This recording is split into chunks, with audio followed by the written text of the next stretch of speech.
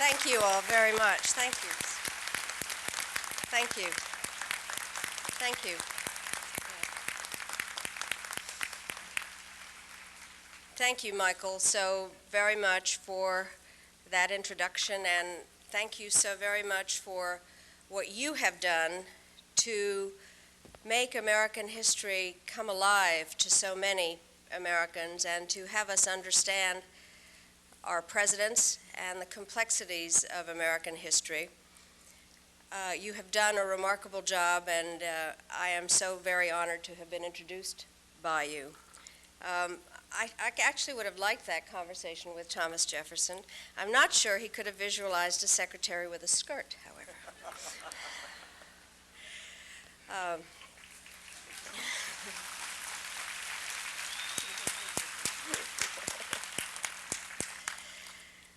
President Jordan, Chairman Halsey, Judge Thomas, Judge Wilson, members of the court, all the trustees, members of the Thomas Jefferson Historical Foundation, thank you so very, very much for inviting me to share in this very special occasion.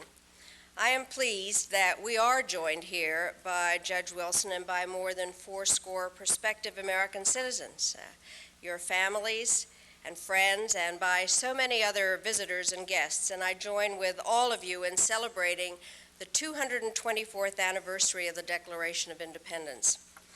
As we gathered here on this historic property amidst the bunting and the flags, I'm reminded of a day more than 50 years ago when I first arrived in the United States, accompanied by my mother, sister, and brother.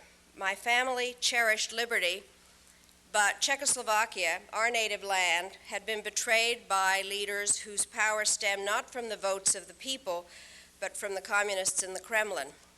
We no longer had a home, but because of my father's job at the United Nations, we had the chance to come here to America. So, like countless others before and since, we steamed into New York Harbor and beheld the Statue of Liberty, our eyes full of tears, our hearts full of hope.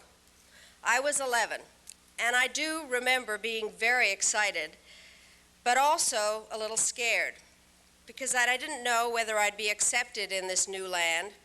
I didn't know whether the differences in the way I spoke and acted would leave me in America, but not really a part of it. I didn't know whether after leaving my old home I could truly find another. I shouldn't have worried. At its best, America embraces. It's as vast as this continent is broad. We were welcomed, given refuge, and provided the chance to make new friends and build new lives in freedom. For this priceless opportunity and all that has come since, I will forever be grateful.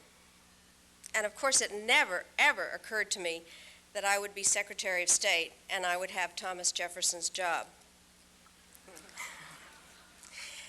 That, in a nutshell, is my story, but every immigrant and every refugee has a story. You, the new citizens we will welcome today, are of different races and ages and genders and faiths. You come from countries as large as India and as small as Sierra Leone, from as far away as China and as near as Canada and Mexico. You have traveled diverse paths from the lands of your birth to the lawns of Monticello. And you are known by names that vary in sound, from Li Zhu and Darius Tolchik to Mahmoud Kashani and Carlos Ignacio Valdez. The miracle is that before this ceremony is over, each of your names will belong to an American. And so this morning, we welcome you with warmth and expectation, for today marks a new beginning in your lives and an opportunity for you to add your own chapters to the saga of America, which is above all else, a land of immigrants. Decade after decade, the United States has been enriched by the steady flow of mind and muscle, culture and creativity that America's promise has attracted to our shores. And today, we see the contributions of immigrants everywhere in the vitality of our neighborhoods, the health of our economy, the strength of our democracy, and the enduring miracle of unity. There are some who resent all this and think that the day after they entered is the day the door to America should have swung shut. Let us pray that day never comes, for our nation needs the continued refreshment of new sources of energy and strength. As new citizens, you accept a solemn duty to participate in our democracy. This matters because whether America thrives or fades, prospers or fails, leads or falls behind, depends entirely upon the vitality and responsibility of our citizens. This is true not only at home, but also in our relations overseas. For the world is far smaller now than in Jefferson's day, and after 2 global wars, the Holocaust and multiple genocides in the last century, we have learned that problems abroad, if left unattended, will all too often come home to America. If our country is to be secure and prosperous in this new century, we must be more than the consumers of liberty. We must be the champions and vindicators of it. We must join with others who believe in what Thomas Jefferson called the sacred fire of freedom, and ensure that the democratic tide remains a rising tide around the world.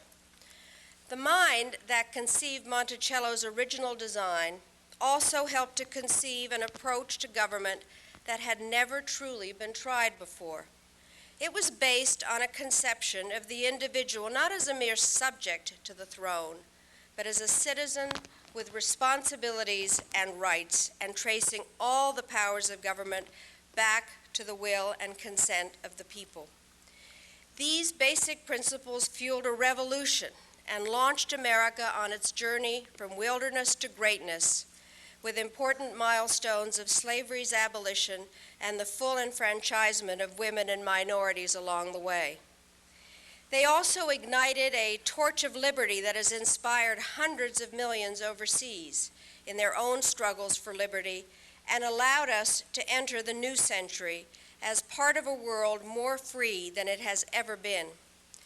It is said there is nothing that time does not conquer, but the principles we celebrate on the 4th of July here at Monticello have neither withered nor worn. Through depression and war, controversy and conflict, they have continued to unite and uplift us, and to define our nation and its purpose to the world. From the era of Thomas Jefferson to the time of William Jefferson Clinton, the story of the United States is the story of a unique and free society, emerging from isolation to assume a leading role on the world stage. It is the story of a nation first learning, then accepting, and then acting on its responsibilities. Above all, it is the story of people who came here from countries around the world and who stayed and answered the call of this extraordinary land, and who have given their lives and labor in service to its cause. In a few minutes, the United States will welcome new citizens who will add to its diversity and strength. That is a fitting present to our nation on her birthday, and ample grounds for celebration for us all. Thank you all so very much for letting me be a part of this and for having the opportunity to represent the greatest country in the world. Thank you.